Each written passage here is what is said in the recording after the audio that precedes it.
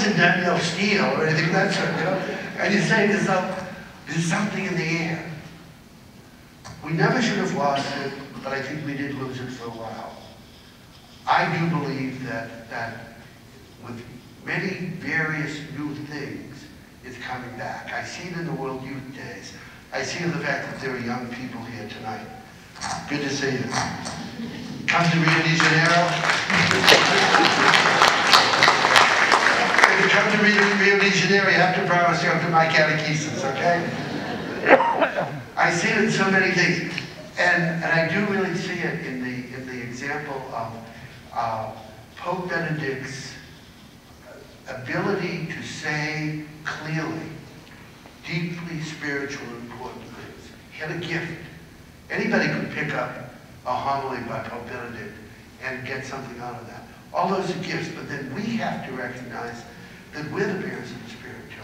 And I think that's what maybe, I love that line of Blessed Mother Teresa, when someone said to her, you know, you go out around the world, you see the church in all of its shapes and forms. What is it you'd like to change in the church? Remember what she said? You and me.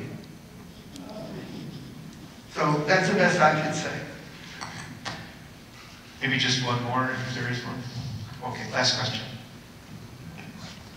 Bishop Murphy, I think I'm not alone in being confused at what's going on in the world today, particularly with the church, especially when we hear these terms of orthodoxy and liberal and conservative. And one of the latest things I read was that the church is now coming back to the traditional church. And to me, at least, it's very confusing. And I wish you could comment on that. Well, you know, part of the problem is the commentators. And in the United States, I'm going to be very blunt with you. In the United States, we have reduced everything to a political model. And we've reduced politics so controls our mindsets. Whatever may be a political decision, I really don't care. But the political model of resolving things in our country becomes the one way we think everything has to be resolved. And it doesn't, but this is constantly going on. So what happens is, I live in the world of the New York Times. You pray for me. You know, the fact is that when the Times or some of the Catholic, I used two examples, I was trying to eschew, keep away from those labels, because I don't think of those labels, I don't want to think of those labels, and I don't think we should be labeled. What we should be about is, are we faithful? You know, the Lord's not, when I stand before the Lord, He's not going to ask me if I was a good preacher, because I'll flunk. He's going to ask me if I was faithful.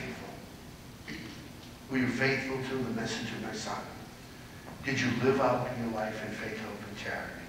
That's not liberal or conservative. That's not right or left or up or down. That's all of us. And I understand your confusion, but I without wanting to be negative, I would say that that's partly because of the way we get our information about the churches today. It's always being placed in those things. Pick up anything you watch in the next 2 weeks, how cardinal after cardinal after cardinal is going to be given a label. And the label may be accurate, it may be inaccurate, it may reflect who the man is, it may not reflect. But the point is, we're all going to be expected to respond according to those labels. And I do my best not to, but I have to tell you, when you're dealing with the media, as I have to, as the bishop does, but the New York media can be tough. But, you know, thanks, we have a guy who comes from the Midwest, Cardinal Dolan, and so we have now a leg up on it. But I think really that's the problem. I understand your confusion, but it's because we're getting the messages about the church are filtered to individual and at times very prejudiced